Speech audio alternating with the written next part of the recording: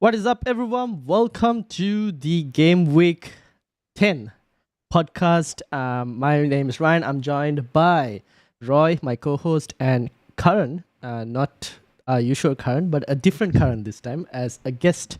How are you all doing? Yeah, welcome, Karen. Yeah, Thank you, Ryan. Thanks, Roy. Great to be a part of this podcast this evening. This is the first time I think we've got a more evenly split in terms of fan base. You got Roy as an Arsenal fan, you as a Liverpool fan, and myself as a United fan. Usually, Roy is the only one who is like on the other side.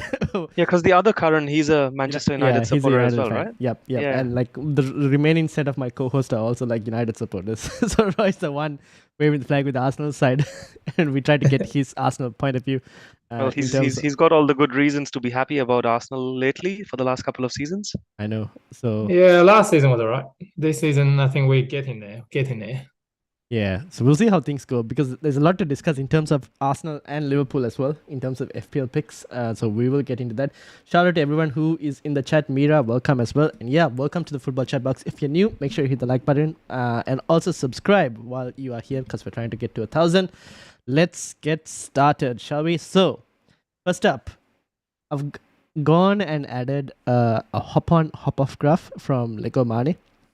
Basically to kind of give you an idea of like what are the good fixtures that some of the teams have. Now I could have done the season ticker, but at this point we kind of all know what teams are getting good fixtures like Brighton, Newcastle, West Ham. So if you look at the hop on hop off, it's basically trying to avoid teams that have like you would say like your top 6, top 7, top 8 that are not highlighted here. Although I feel like sometimes you should kind of target them because the likes of Brighton at times need to be targeted for attacking fixtures. Even United, I would probably put in the same situation in terms of attacking fixtures you target. But so Arsenal are there, as you can see, game week 10. They got Sheffield, then they got Newcastle, which is not highlighted as you can see. But after that, they got a nice, good 4 stretch of games as well. After again, they get into like 3 tough games and then another good 4 stretch. So they got a decent, like until game week 24, decent like a run of games. Any other teams like your team, Liverpool, opening now we're in game week 10. So 3 games, face City, 3 good games again, then run into a bit of a mixed bag of tough fixtures where people might then slowly decide what to do with Liverpool assets, might slowly move them out, maybe keep Salah. And then once AFCON hits, we'll have to kind of wait and see what happens with Salah because there is a break in the Premier League calendar where I think the AFCON group stages happen. And then it depends on whether Salah Egypt. That would be interesting how people restructure their squads because right now, Salah's hot property. Exactly. So whether Salah and Egypt qualify to the next stage, then we'll have to think about maybe do we get rid of Salah or not from our teams. And then the other teams are, I guess you got West Ham, who have, you can see the kind of like a decent run with like Spurs in the tough one in game week 15. So this is where people are looking for Bowen as an option.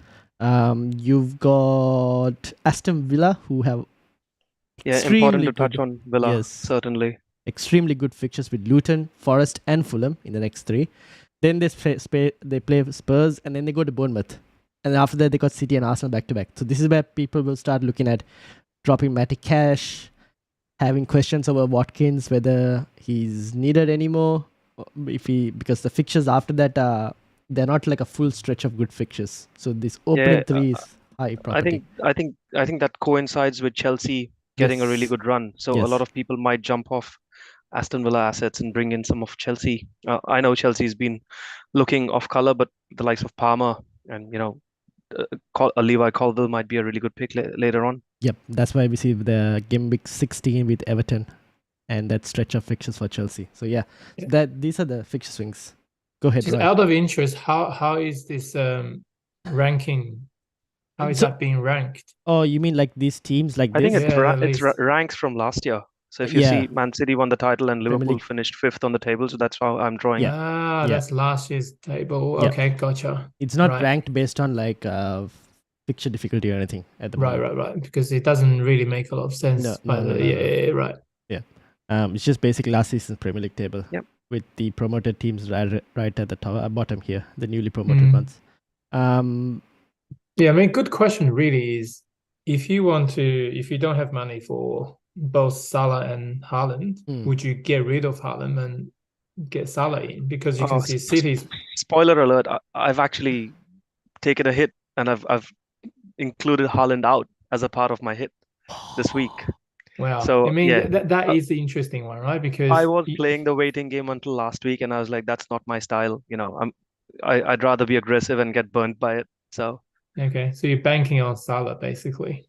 yeah, if you look at the next three, or the next six fixtures rather, because including City, I think Salah has a tendency to do really well against the top six, and especially against City.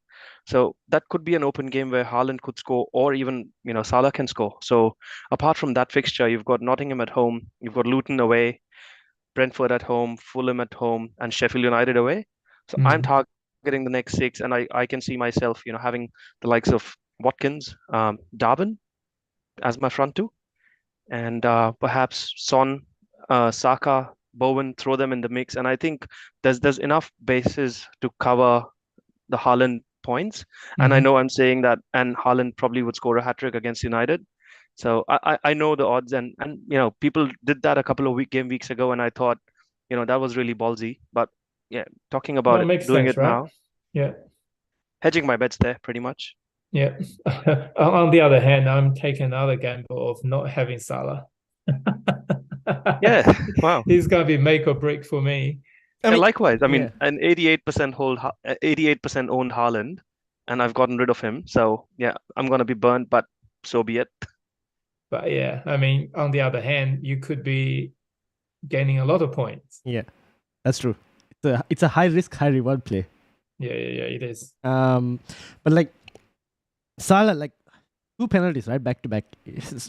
I mean, he's not going to be getting penalties every single game. You never know. So we'll have to wait and see on that. But like, he is currently hot property, like you mentioned at the start. Alongside him, I think Watkins is the other one who is probably hot property. Now the thing with Haaland, right, as we can see, only Bournemouth fixture is the one that's highlighted here as a good fixture. The rest are slightly tough ones. Now, I would say the United game, having watched today's Champions League game, I watched the first half, I was dreading having Haaland facing United. I was like, this is just going to be a nightmare. These guys can't even play against Copenhagen. They changed it up a bit in the second half with Christian Eriksen coming on and getting control of the game. But even that, I still think that it's going to be... It depends on how good United's backline can hold City. You got Harry Maguire. I know, right? Issues. No issues. He's on the form of his life. I think, Ryan, you posted something. I saw a post from you around some stats from Sheffield United versus where Sheffield United dominated. Yes, and I know you mentioned about how much of a bloodbath can Man City versus Man United actually be. Yeah. So I'm gonna need a really big couch to hide behind. True. That it's good. I mean, people who own Haaland as well might need a couch to hide behind if you captain someone else this week, which could happen. Now, the thing is, it's a derby, right? End of the day, a derby, anything can happen. And last season, United beat City at home as well, 2-1. So anything can happen. They just got hammered away, but they beat them at home. Now, it's so hard to predict where this game goes because it's all dependent on whether United's backline turns up, mainly. It kind of might help us in one way where we can just counter as long as the backline can soak up the pressure. Whether they can soak up the pressure is a completely different story.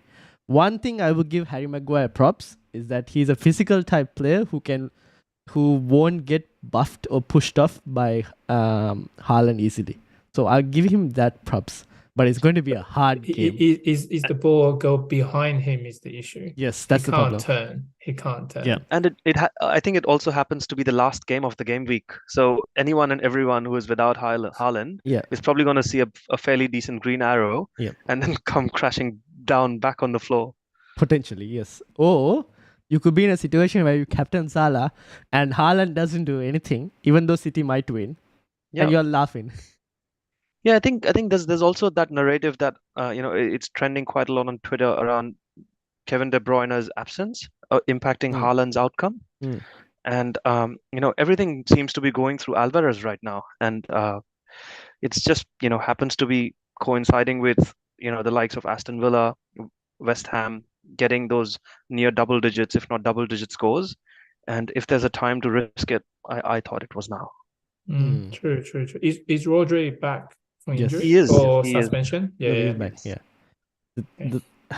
Here's the thing, right? Now I was speaking to I did a pod with Mira for Scout the Game Week, and we were discussing about this, and we're like, because when I watch City, I see Doku and Alvarez, and I feel like they are not as creative, or they're not the people to create for Haaland. They also want to take chances for themselves. Whereas last season, Haaland had Gundogan, he had KDB, he had Jack Grealish, all playing, trying to find him. Feed. Yeah, definitely. So his numbers were, like his goals were more because he was getting more chances. This season, he's not getting as many chances, and because of the returns are also not there. So that's the one problem that we're seeing why people are able to go against Haaland and not get burned per se. At least that's what I think, but it could change. Early days. Yeah, I would still say it's early days. Yeah. Okay, so having seen all of this, both of you all have played your wildcards. If you were to look at your squads now, who are the players that you think are like non-negotiable that you kind of need in your team? Roy, I'll come to you first. I mean, Saka, you got to have Saka in your team. I think Son from Spurs, I think you probably need to have him. Then we just had a debate over Salah or Haaland. So if I being quite honest, I probably would keep Salah over Haaland for next 6-7 games. But I'm in the situation I'm in now, so I don't have a choice and kind of have to go with it, really. You can't even get Salah some way without even a hit.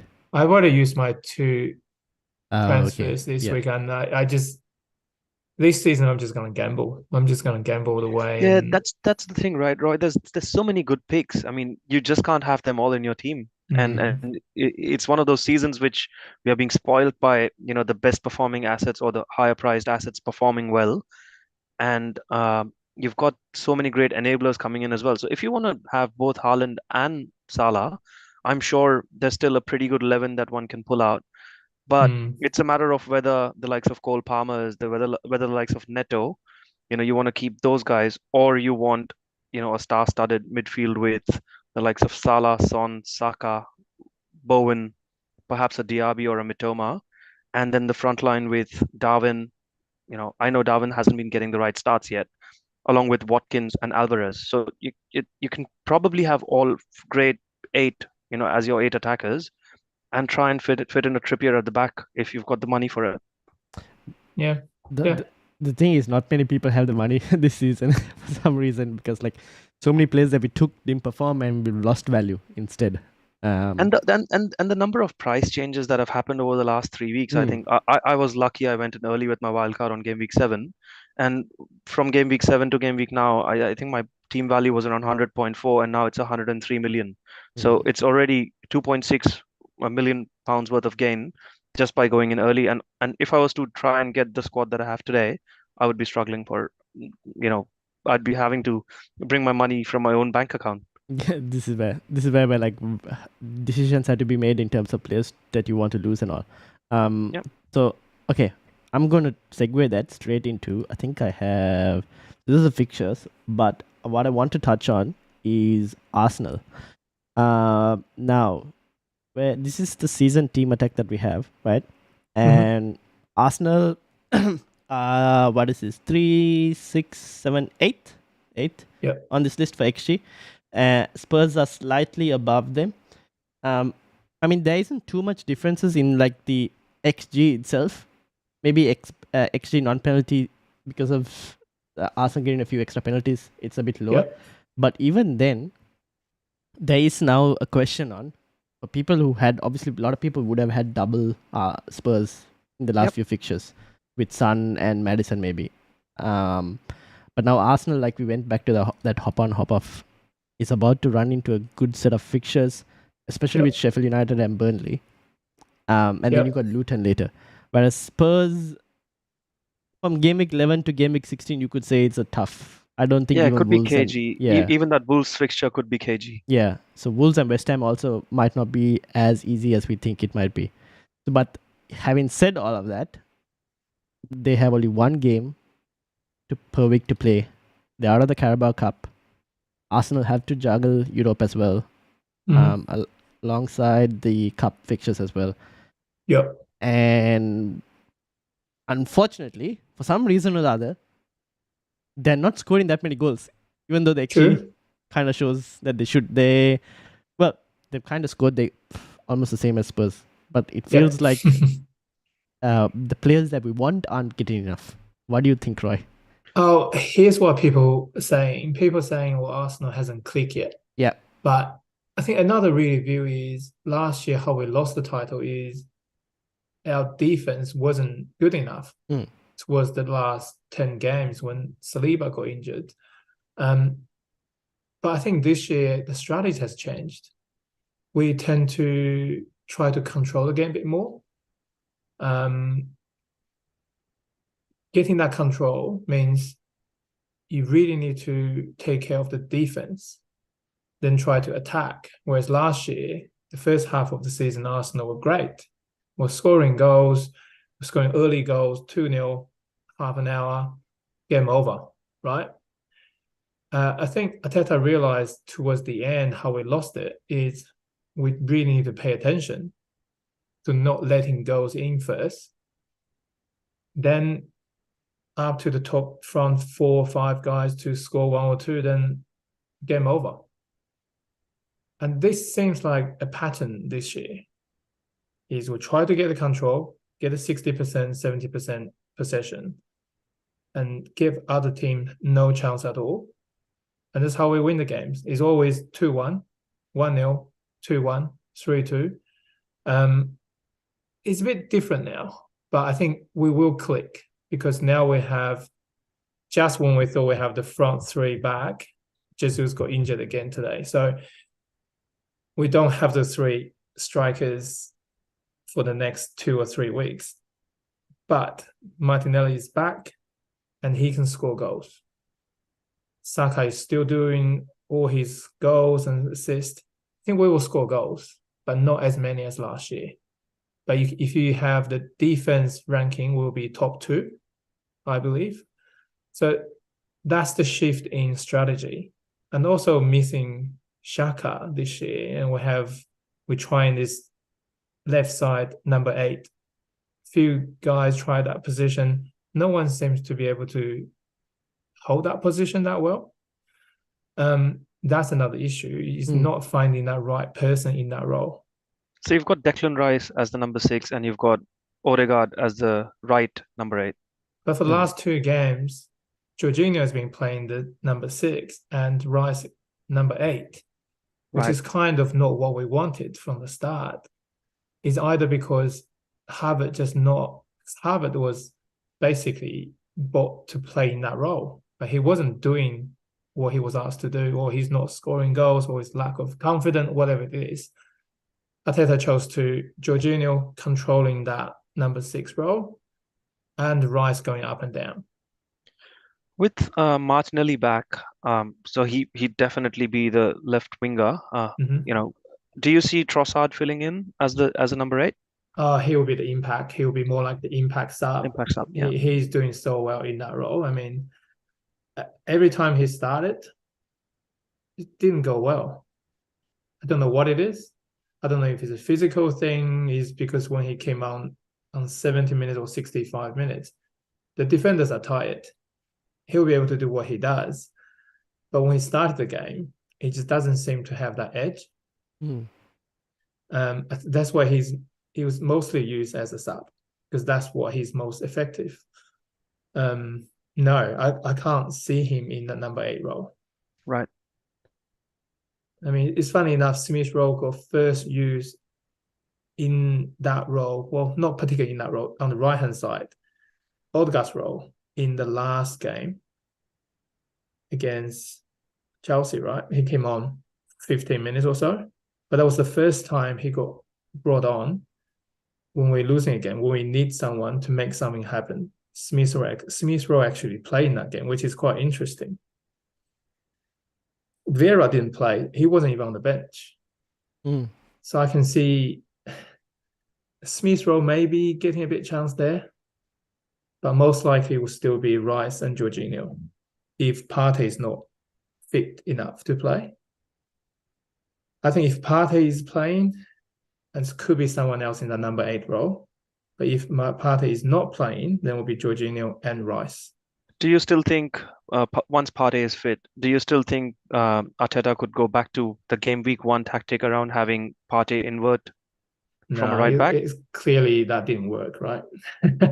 Well, I've just brought in Gabriel last week as the defender for the Arsenal's run-in, and I'm like, oh, well, if Partey was to come back, the first person that gets benched is Gabriel. No, I can't see that. I think Gabriel, the first 3 games, he must be talking to other clubs, and clubs is trying to make a point, right? Yeah. If you're thinking about going, you're not playing. Sorry. I really can't see that happening, even though Tomiyasu has been playing really well in the left back. So if that were to happen, then it would be Tomiyasu on the left, Partey on the right. So it's almost like 3 centre back with Tomiyasu, Gabriel, Saliba. and Saliba, and Partey play on the right back. Maybe that might work, but then Ben White's been the best fullback I've seen this season. Problem of plenty in the Arsenal defense, because our depth is quite good now.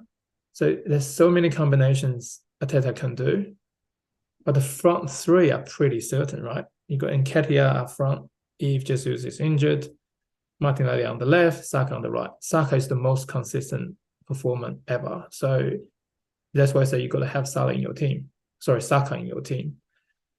He will do something. He will always do something for you. Yeah, I'm going to get him on my wildcard. I've always sacrificed Heung-min Son from my team.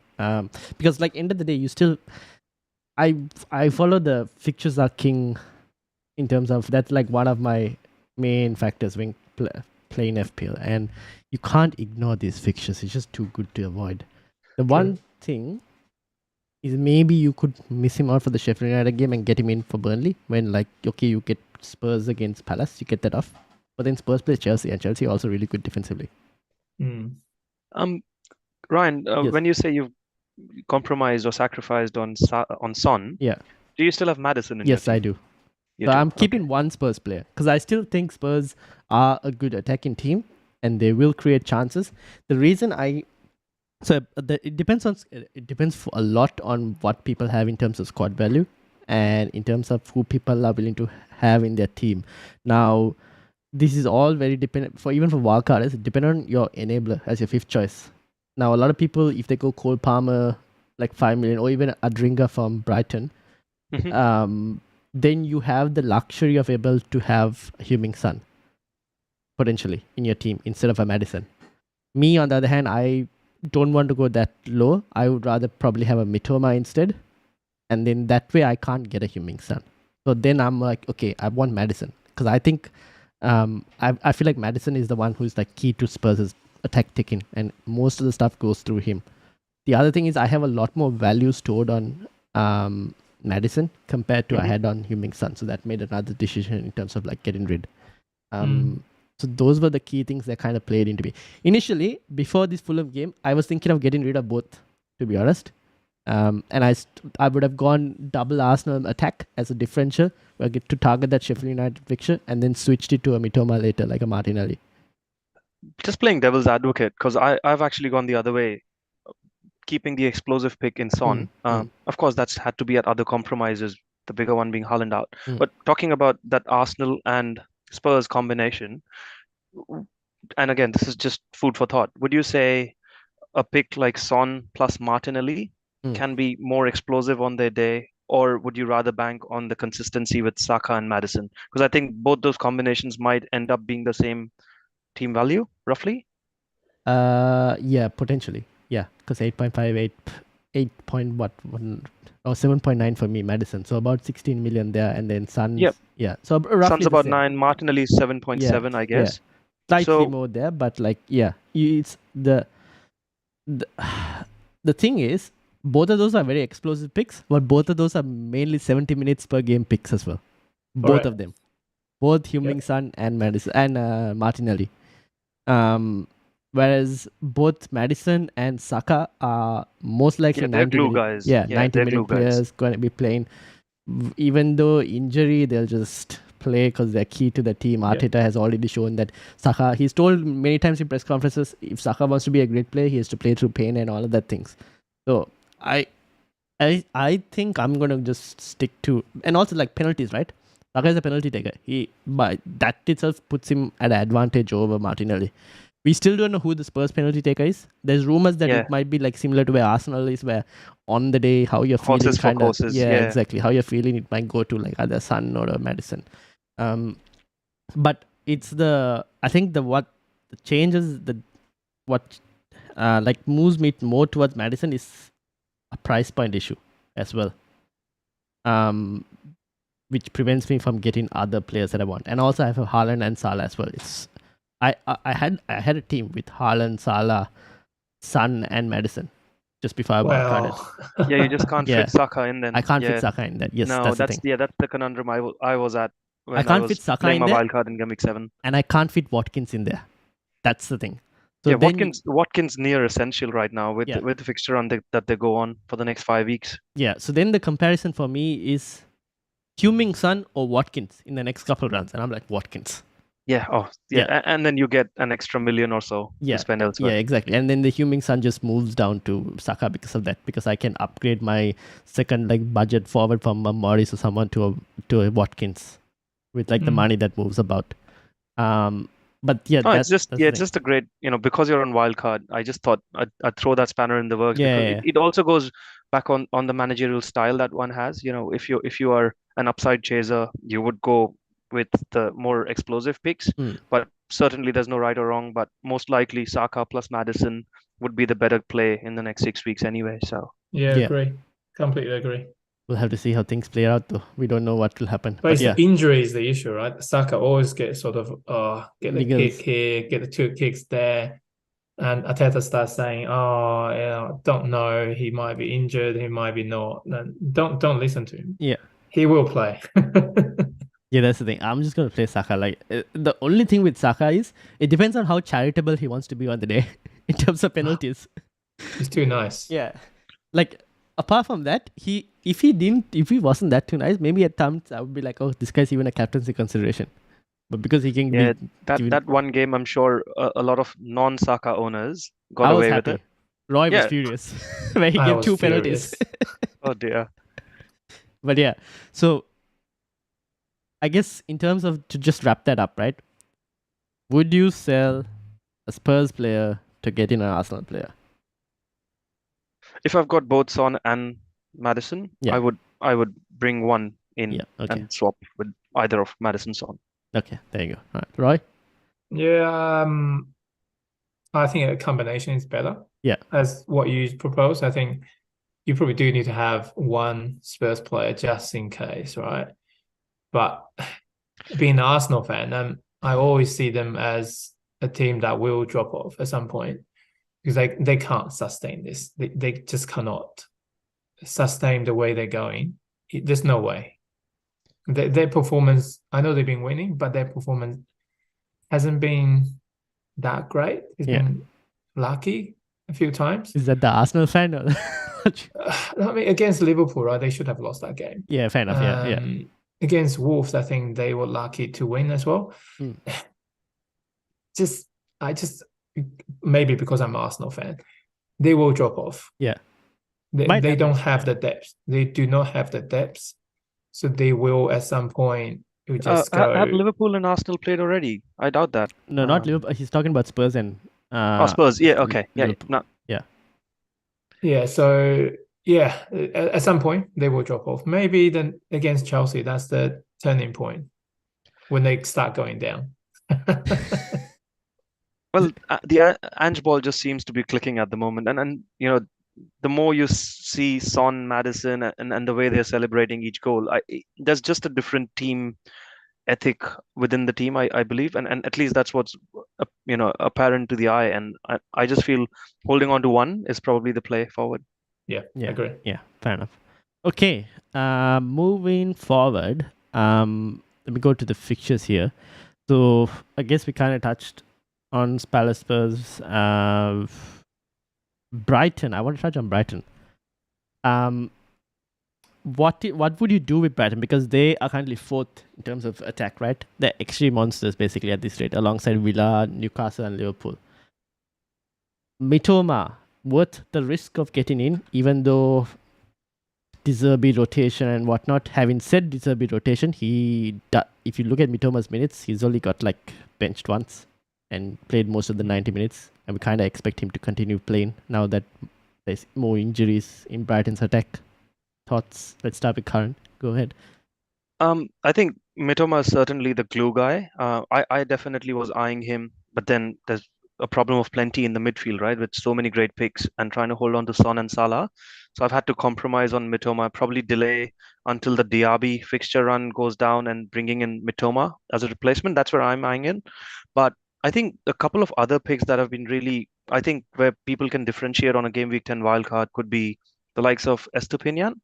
Because Estupinian's back on the pitch now. He's training. Yeah, individual training. Albeit individual training. So, within the next 2 game weeks, we might see Estupinian coming back into the fore. And Ferguson, I think Welbeck's injured. Well, I guess so, because he came off injured potentially. But we don't know. Yeah. So again, on his day, Ferguson has shown us in the past where he could score a hat-trick. And Brighton, even if they're conceding goals, they will continue to score goals. At least that's how I know the Brighton that De Zerbi has built together. So I would certainly, if there's one consistent pick, Mitoma is the one. If you're chasing differentials or trying to have an edge over the Game Week 7, Game Week 8 wildcarders, Estupinian or Ferguson could be the ploy. Yeah, agree. I had Mitoma from the start, and I'm keeping him. He just signed a 3 years contract, I think, he did. with Brighton. Yeah. So I'm keeping him. He's so good. That player is so good. Yep, fair enough. Okay. Would you guys be tempted by Adingra? I guess for those who are wildcarding and were looking for like a budget enabler. I will caveat this with the fact that because of Solimarch's injury, people are kind of assuming that he might play that spot. We don't know yet. But then March has played a couple of the recent fixtures on the left back position, hasn't he? Yes. And that didn't work out quite well. No, and I think that as soon as Estupinian comes in, then you're having another problem to address in your squad. Okay, so maybe not. We'll wait and see. If budget was an issue and you're looking at a 5 million pick, Adingra versus the likes Palmer. of Souček versus Palmer, I would go Palmer. Yeah. Even with the tough fixtures, knowing that he's on penalties, he's just a cheap bargain that doesn't usually appear to the surface like that. Yeah, I don't think he's on penalty though. I think he just happened to ask for the penalty and it was given, rather than it was designated penalty kick taker. But he's taken the last 2 though. And I think Sterling Sterling tried to take the ball away from him, but then he was asked to give away the ball back to Palmer. Because Enzo took it away from Enzo's like, no, give it to Palmer. That's funny, isn't it? Like he's a young player. Yeah. And he's given that responsibility. That is really strange. We'll see. I don't know. We'll see. The interesting part will be when Reece James eventually maybe gets fit for a game or 2. When he's on the pitch, whether he is like first choice over Palmer. That's the only thing. Because we've seen Reece James take penalties before. So that's one thing we'll have to see. But I think Palmer at 5 million with penalties, decent option. The one thing I'll add with Palmer is he's very bad on bonus. He does a lot of stuff that gets involved with like negative bonus. So you're not going to get quite a bit of bonus from him, which is one problem. You might get like the occasional like penalty goal, but chances of bonus with him is a bit low. That's the thing. Yeah. Makes sense. Okay, I'm just going to go team defense. City, Arsenal, Chelsea, Newcastle on there at the top 4. And at the bottom, you got Bournemouth, Sheffield United, West Ham, interestingly. But I think that is interesting. the tough fixtures they faced. So now with like some easier fixtures coming, maybe that'll improve. We'll see. And Is then that because they lost 4-1 something last week? That might have also affected it. Yes, Yeah. but they were slightly lower compared in like. But I think that's probably because of the tougher fixtures. But we'll see. And then Luton, Burnley as well. Now, this is where it's going to get interesting. I made a wildcard draft. Go ahead and rip it to shreds because I need to know what's bad, what's good. But for the people who are listening on the audio on Spotify or Apple Podcast, I've got Areola and Turner in goal. We've got Matty Cash. I'm playing a 3-5-2 formation. I've got Matty Cash, Tsimikas, and Gabriel. And alongside them as the fourth defender, I've got Harry Maguire, Roy. And I've got Taylor as the fifth choice. In midfield, I've got Saka, Bowen, Maddison, Mitoma, and Salah. And up front, I've got Watkins and Haaland with Archer on the bench. Now, the reason I've got Maguire in there is he's 4.2 million. And he kind of does rotate whenever like Gabriel faces Newcastle. I can bench Gabriel. When Tsimikas goes against Brentford or City, I can kind of bench him there. So it gives me a few options to like rotation wise. I would have loved to have put Trippier in this draft, and I had a Trippier draft, but Spurs went and did what they did, and it kind of made it harder to keep Trippier, sadly. Now, a few things that I'm still uncertain on this, and this draft has about 0.8, 0.9 still left in team value as well. Go ahead, Roy. Boys, I probably have to go. Oh, okay. My wife asked me to pick up straight away. Never mind. It's quite late All now. good, Roy. I got to pick up. Okay, cool. Yeah, that team looks good, but the really issue is your bench are not, because you have all those good players that's fair. your bench seems a bit weak, isn't it? I can upgrade it. Apart from Maguire, he's the brilliant player. The legend that I he can is. upgrade it. Yeah, but yeah. Anyway, I gotta go. Okay. Nice to meet you, Karan. Pleasure as well, Roy. Yeah. Cheers, mate. Take care. Let me switch this to a 2% thing. Sure. Thank you, Roy.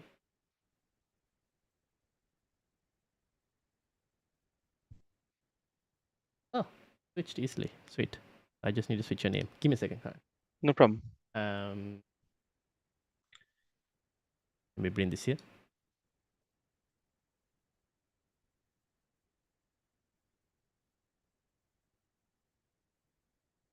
Let me this.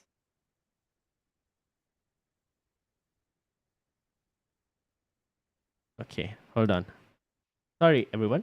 But we will get this quickly. Here we go. Why did you go?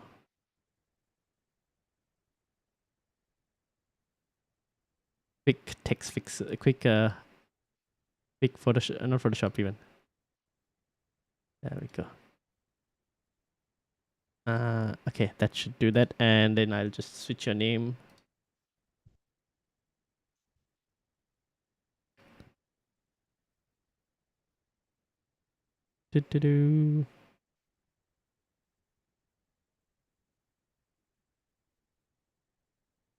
Alright, and we'll just blank out the ranks and red arrows for now, because that takes a lot to fix. Yeah, still pretty early for rank anyway. Yeah, true. Alright, cool. Let's go ahead. Alright, continue. I think your playing 11, looks pretty solid, given the fact that we've got some gifts in the form of Tsimikas, replacing Robertson in the short to medium term. Yeah. And like Roy mentioned, is Maguire first choice for the run-in? I mean, I think he's put in performances that warrant not benching at the moment. That at the moment is the caveat for me, because the moment you look at your rotation for the next 4 game weeks where you want to play Maguire against Everton and bench Tsimikas, that would make sense if that goes to plan. Yeah. And the moment it doesn't, then yes, of course you've got Charlie Taylor, playing against West Ham that game week. Yeah. I can by then I could also make transfers, because I've looked at this team, and when you like move it through each game week, it's not as easy to make certain moves because they still have good fixtures. So your front seven is a set and forget for the next few weeks. Unless there's an injury that crops up. Yeah, so I've kind of got transfers banked always to try and fix stuff, and I've got team like 0.8 in the bank as well to kind of fix stuff.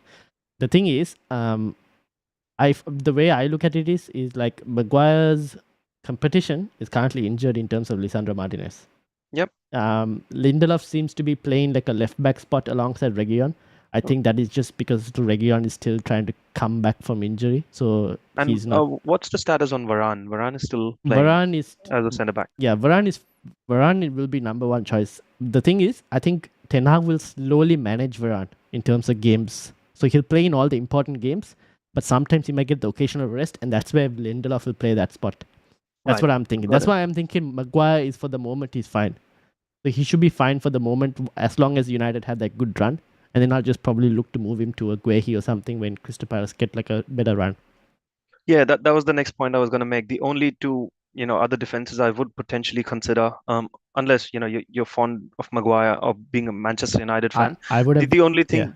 Yeah. No, go on. I would have, even if possible, I would have liked to have gone to another defender or Reguilon as an option. But the problem, I'm a bit worried with Reguilon's minutes because of that recent makes sense. injury.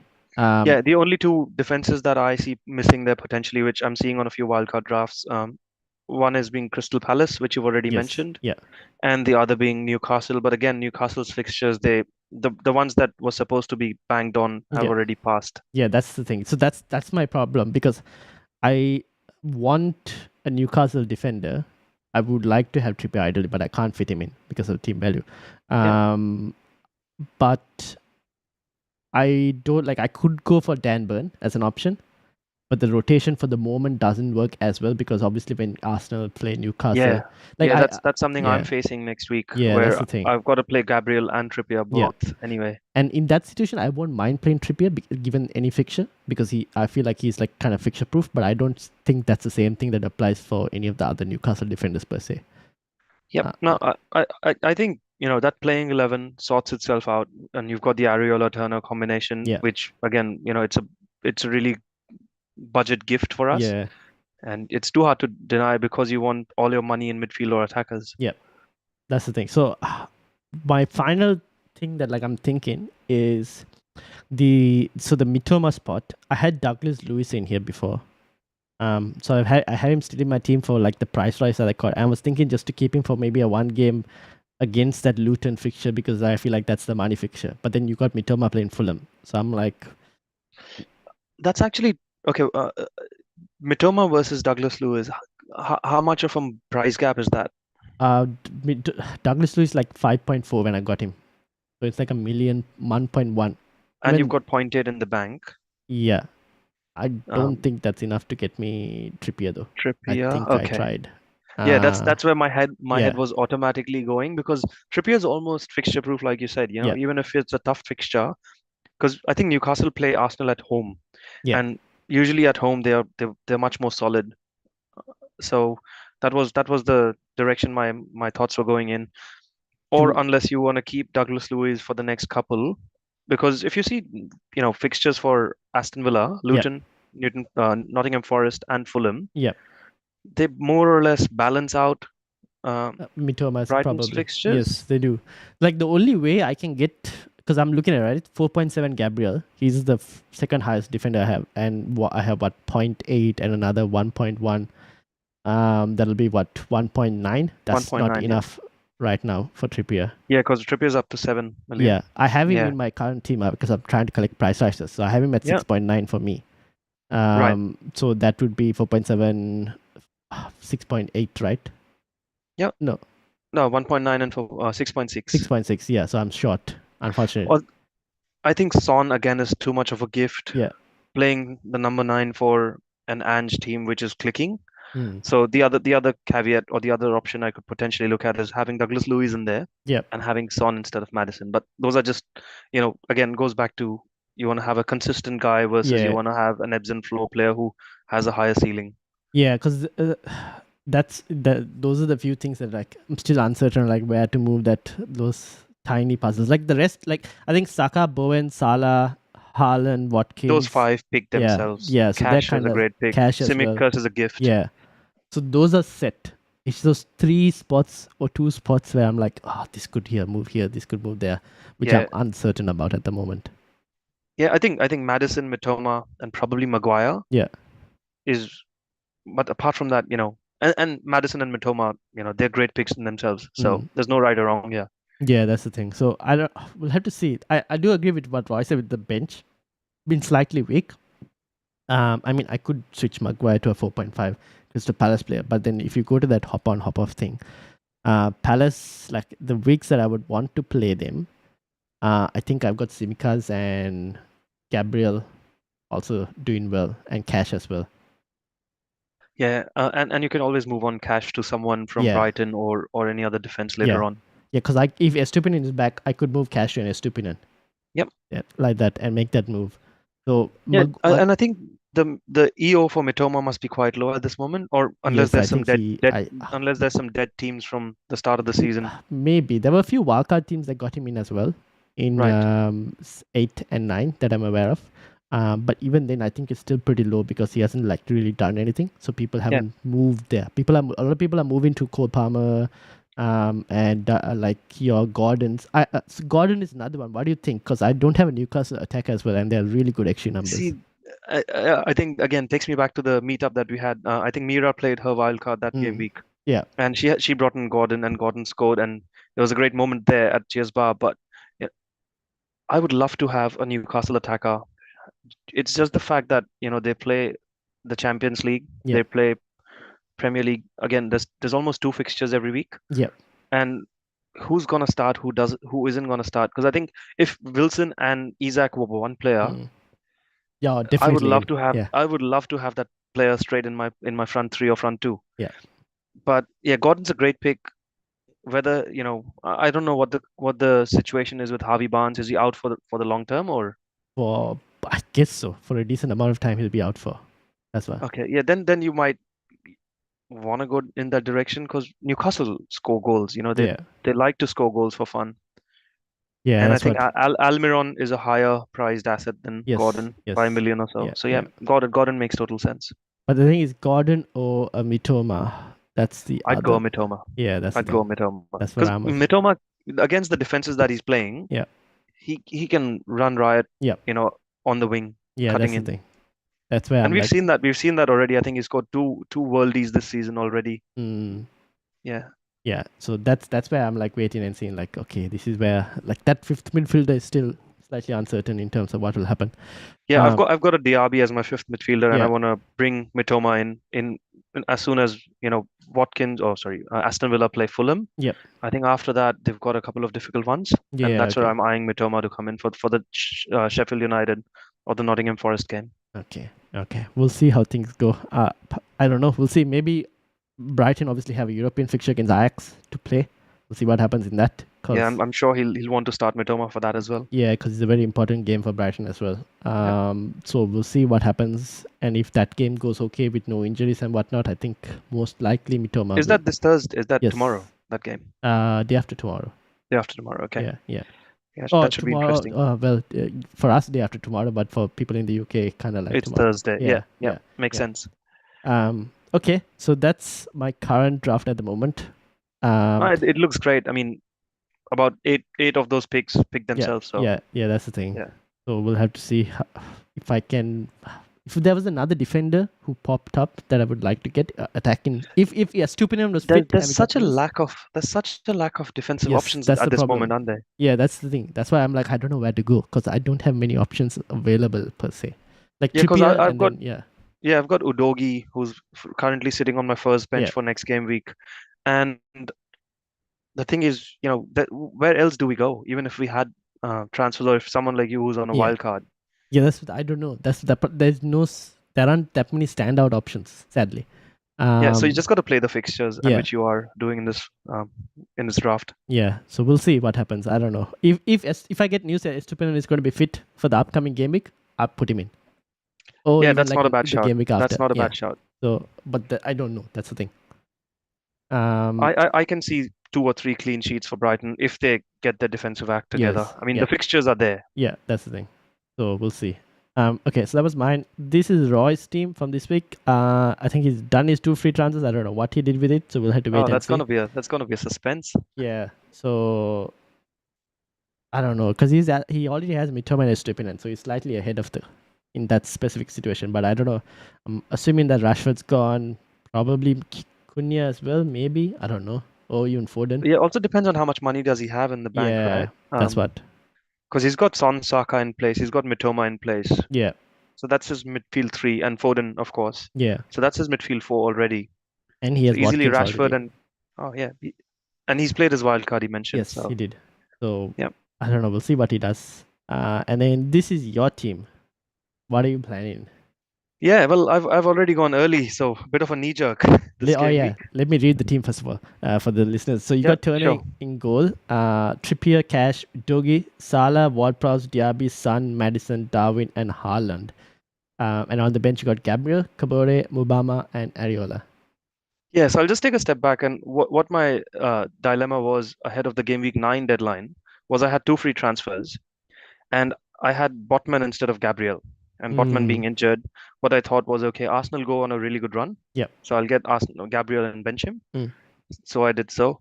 But the other two moves I was eyeing was bringing in a Neto or a Wangi Chan for Ward-Prowse, and that would have given me enough money to upgrade Darwin to Watkins. Had I done that, Hwangi and Neto both got an assist, so that would have evened out with Darwin points, and I could have banged in the 10 plus point or 15, whatever pointer Watkins got. Yeah. So hence, playing the patient game with the move for game week 9 actually made me feel, no, that's not my style. Yeah, okay. And I've gone Maverick for game week 10. I've actually taken out Maddison, Haaland, and Ward-Prowse. Yeah. Because Ward-Prowse was the slot that I wasn't very happy with on my wildcard. Fair enough.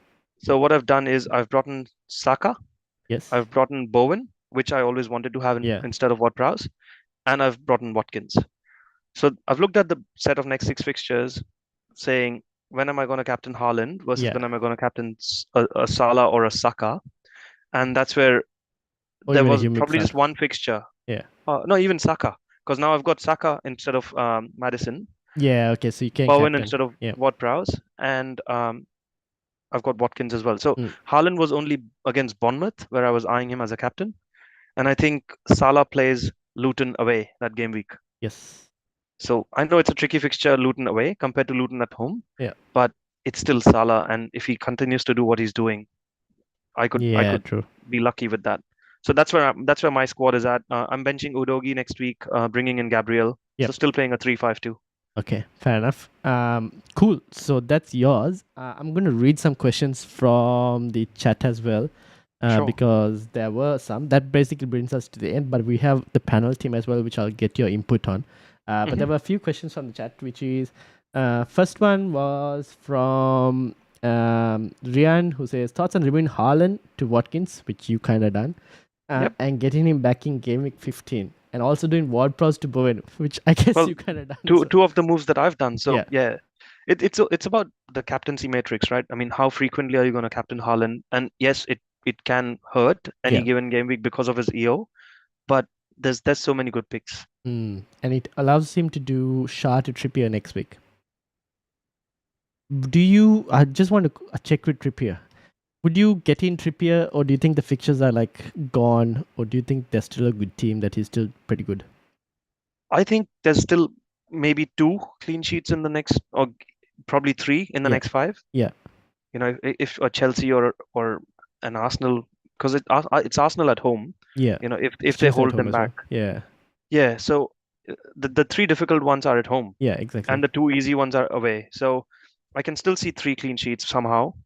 And the bonus point magnet that he is, he can always, whip in a cross that would be an assist. So he's probably not the baddest of picks because there's not many defenders putting the hand up. And there's a few enablers that can still score in midfield. Yep, fair enough. Okay, so I guess you're in favor of that move, most likely. Oh, yeah. You've done it already, If I was him, I would do it. Yeah, okay, cool.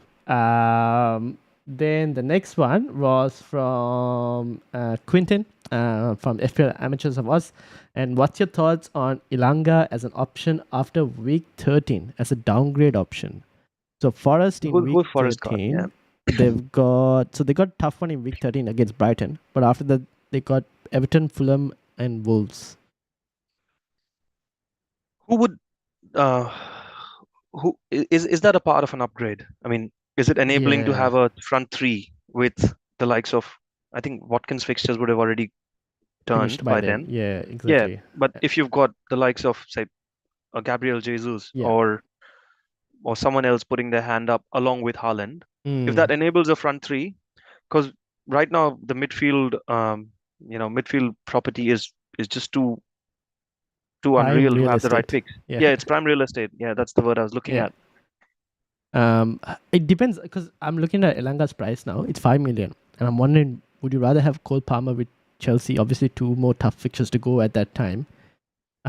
See, Brighton isn't really a tough fixture, is it? It's at No, home. it's attacking. You could still have a 3-all kind of a game or a 2-all kind of a game. Yeah, exactly. And then United, you never know what United turns up at this point. So and there could always be a penalty in somewhere there, right? Yeah, that's what. So I don't mind. Yeah, I stick to your pick in that case. Yeah. So probably Cole Palmer over Elanga, if that was the choice. And they have a better run, to be honest.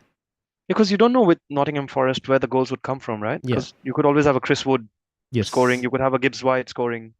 That's true. That's true. There's other picks there. Yeah. And then final one from Ruhil, which he says he has a similar wildcard team, but Maguire to Guehi and Mitoma to Neto are the two differences.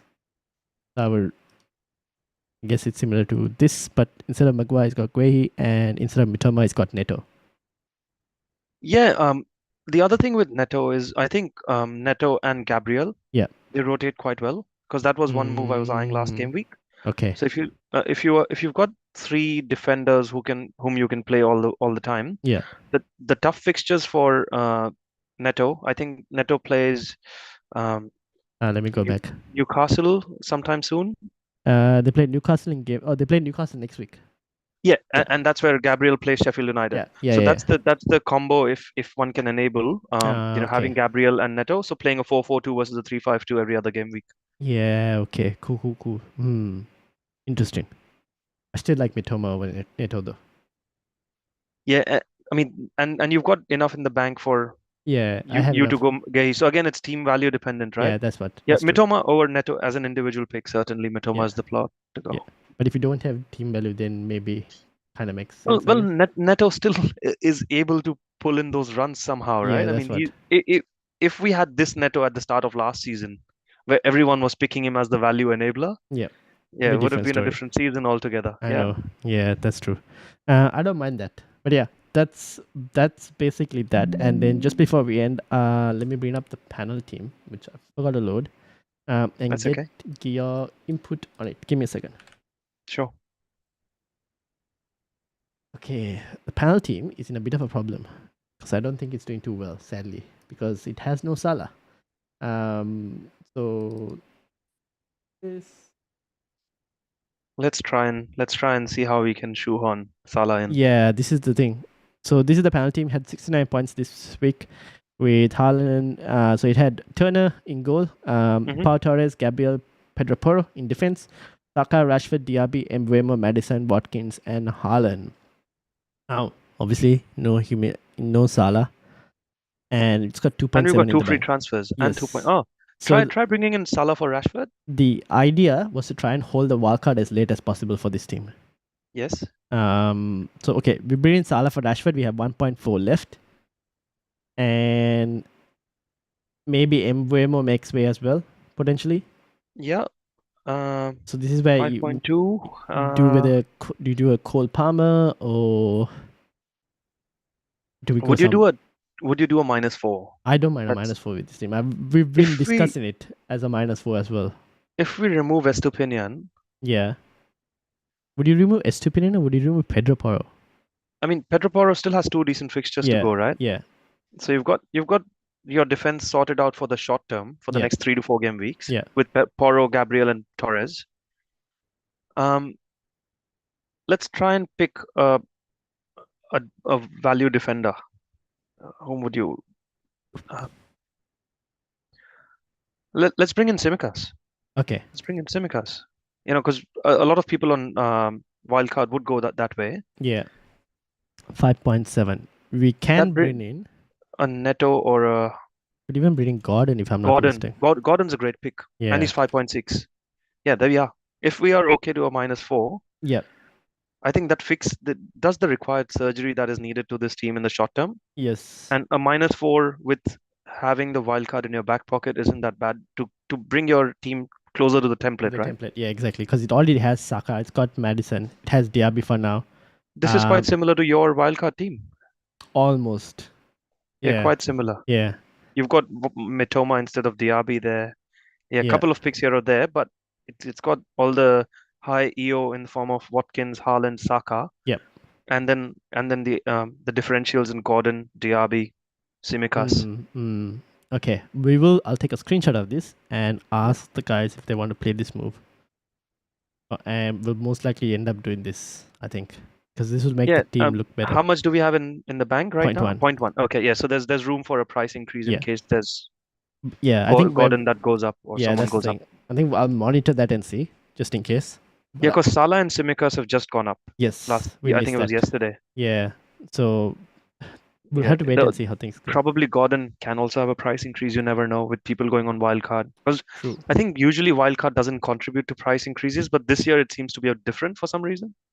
I don't know. I still think it doesn't, but it's very hard to prove. We don't really know. Price increases this year have just been a bit maverick compared to previous years. Yeah, that's what. So it's very hard to actually tell. And then there's William in the chat. Welcome, William. But yeah, I think this is basically it. I'll give the suggestions to the lads and see what they want to what are their thoughts on it. But I think it looks pretty good because then you can play Gabriel, Pedro Porro, and Tsimikas this week. Yep. Or would you play Pau Torres, who has Luton?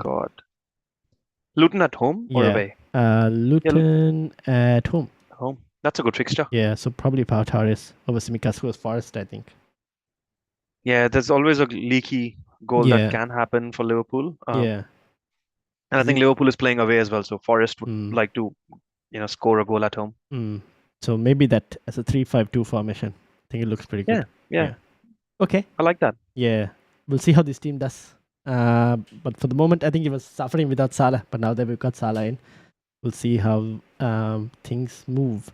But there's no notable players that are missing apart from Son, and we've got Watkins already. So and Maddison. Yeah, that's it. I guess the only other one would be either Bowen or Mitoma, but there's no way to get to Bowen. Unless you wanna. Because Rhea you can't really get Bowen in. I mean, if it was a Mitoma, you could still try. Yeah, I mean the thing is because we have value in Rhea over there. Oh yeah, I totally didn't notice that. Yeah, because we went with we thought Rhea would be because we tried to play a slightly risky with this team. That's why. Well, you could go double Arsenal defense this week against Sheffield. Yeah, that's true. That's probably what we'll most likely do because I don't think we're starting Turner at all. So Turner was really a letdown last week as well. So yeah, that's the thing. He's sitting on my bench for now. Yeah, fair enough. Okay, cool. Well, this thing, and there was one final question before we end, which from William is: will it be possible for Alvarez to cover Haaland? Well, William, if I was you, I would really hope so. I've got neither of them in my team right now, so not really happy days for me. But I think given what we've seen so far, the lack of KDB. Impacting Haaland's output. All the signs are there that potentially Alvarez can match Haaland's points in the next 3 to 4 game weeks, but Haaland being Haaland could really kill people's rank without him. Yeah, I agree. So far, Alvarez has done a fine job about it, but after that, we'll have to kind of wait and see how things proceed.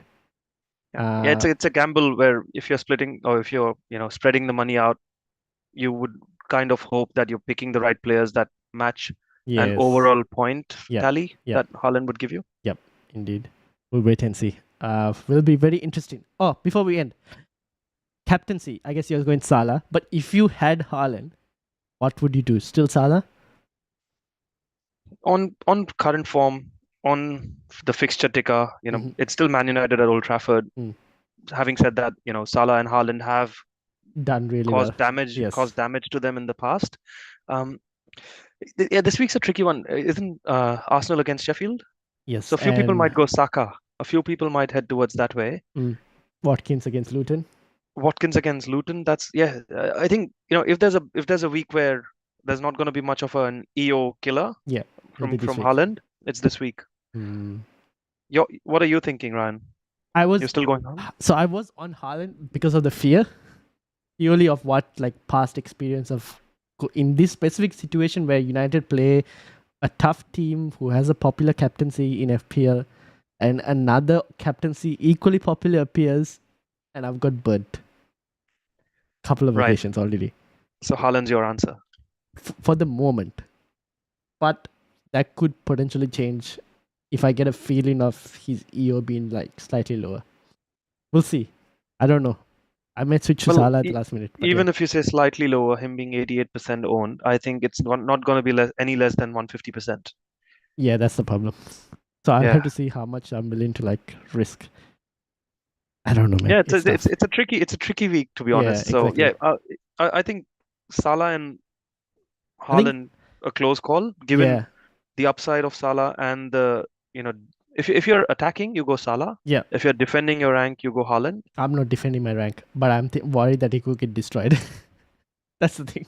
Oh yeah, I mean that's where I was trying to keep Haaland all this while. Yeah. But I've decided that it's only a game at the end of it, so I'm Yeah, just gonna fair play it enough. as a game. Yeah, I might eventually switch to Salah, but for the moment it's on Haaland. But I might switch to Salah because Yeah. of like all the points you mentioned in terms of like chances that's not coming to him and all of that.